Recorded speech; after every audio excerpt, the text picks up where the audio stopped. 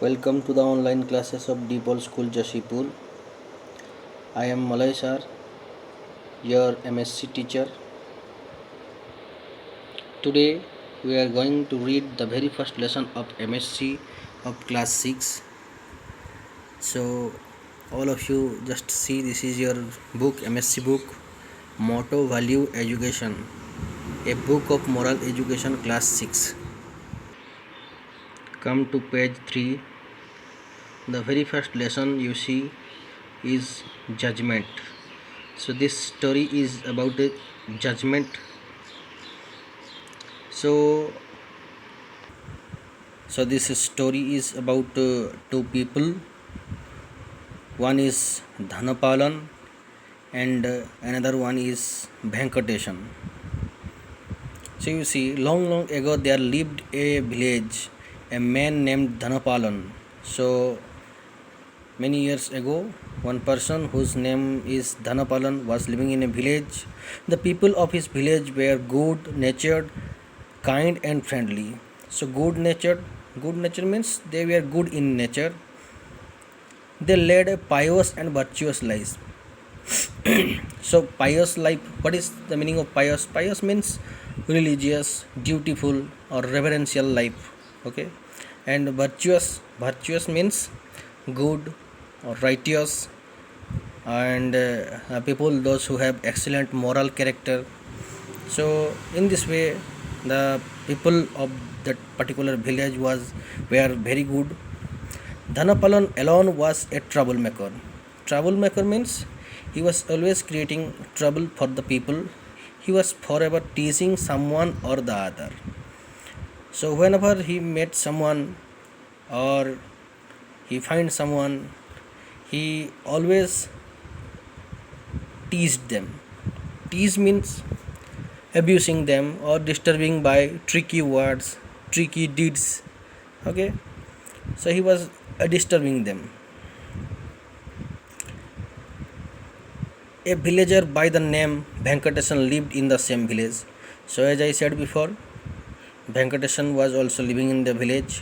One day Dhanapalan said to Venkatesan, "You have borrowed 10,000 rupees from me, return it at once." So one day when Dhanapalan, this fellow is Dhanapalan, he met Venkatesan and said that you have borrowed 10,000 rupees from me. Me means from Dhanapalan. He is saying this. So hearing this, Venkatesan got very scared. He was afraid. Venkatesan became afraid. You see his facial expression. You see he is afraid. Got very scared. I have not borrowed anything from you. Why are you saying so? So as he was an innocent man, he said, No, Dhanapalan, I did not take any money from you. Dhanapalan replied, as I said before, he was a tricky man. So he tried to bring him to a confusing situation by saying that just a month back I had a dream in which you asked me for loan. I lent you 10,000 rupees. So Dhanapalan said that Venkatesan, before 1 month I had dream. So Dhanapalan said that he had a dream. In that particular dream, what happened?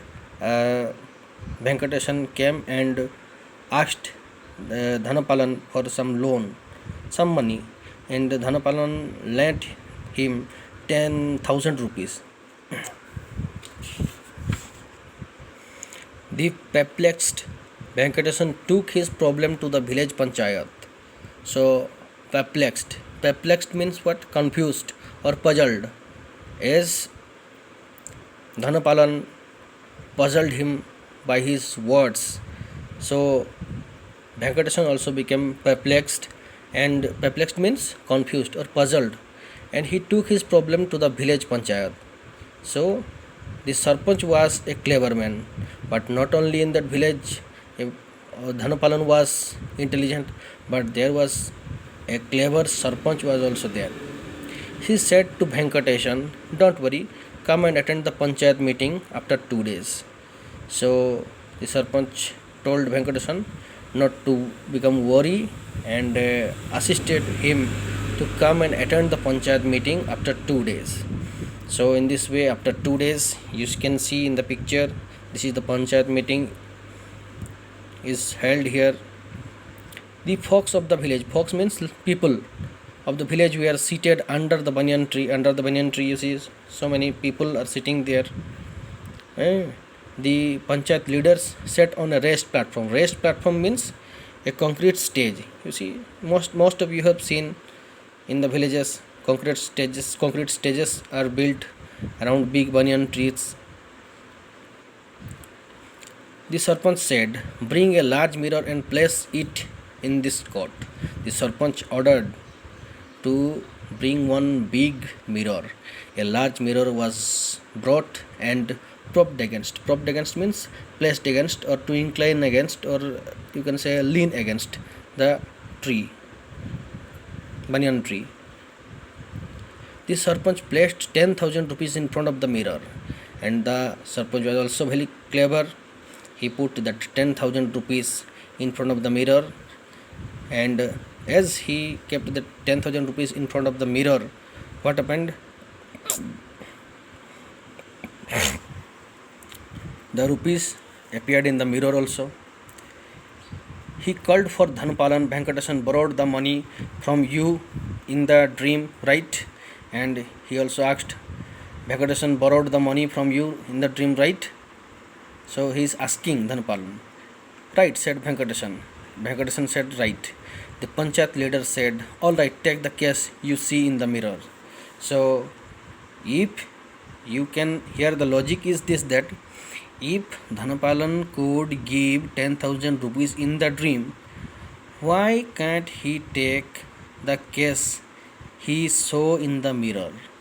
So here the logic is this, that Dhanapalan tried to confuse Venkatesan by his tricky words, but here in this situation in the panchayat, he himself is confused now. Okay, so finally what happened? All the villagers were astonished at the wise judgment of their Sarpanch. So all the villagers also were becoming very happy. Dhanapalan stood ashamed. He felt ashamed of himself. Venkatesan was relieved. Relieved means free from stress or discomfort. As he was feeling discomfort, he was in stress whether he had to pay that rupees. Now he was relieved from the problem. The villagers praised the wise panchayat leader, and the villagers, they also praised the Sarpanch. So you see, the moral of the story is this, that we should not cheat anyone. No one respect a cheater. If we earn by dishonesty, then we will have to be disgraced. Disgraced means being out of respect, being dishonored. Okay, so if we want to earn by dishonesty, what will happen? We will have to be disgraced, or we will be being dishonored. We will be dishonored by the people. An untrue man is always disregarded in the society. Disregarded means ignored or neglected in the society. If I will become untrue, then I will be disregarded, ignored, neglected. Okay.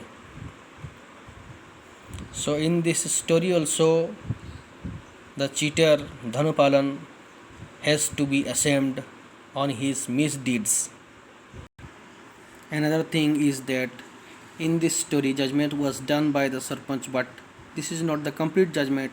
The biggest judge, who is sitting in the heaven, has always kept his eyes on each and everything that we had done, we are doing, and we will do. According to our karma, God will punish us or welcome us. So all of us have wisdom. Wisdom means knowledge. But it does not matter how much wisdom we have. If something matters is that how do we use our wisdom. If we use our wisdom to help the needy, to protect the innocent, and to educate the society with good moral conduct, it is good. Our wisdom is good. But if we use our wisdom to tease others, to cheat others, to exploit others, it is the worst wisdom. Okay, so this is the very first lesson. This much for today, and tomorrow we will discuss about the question answer. Thank you.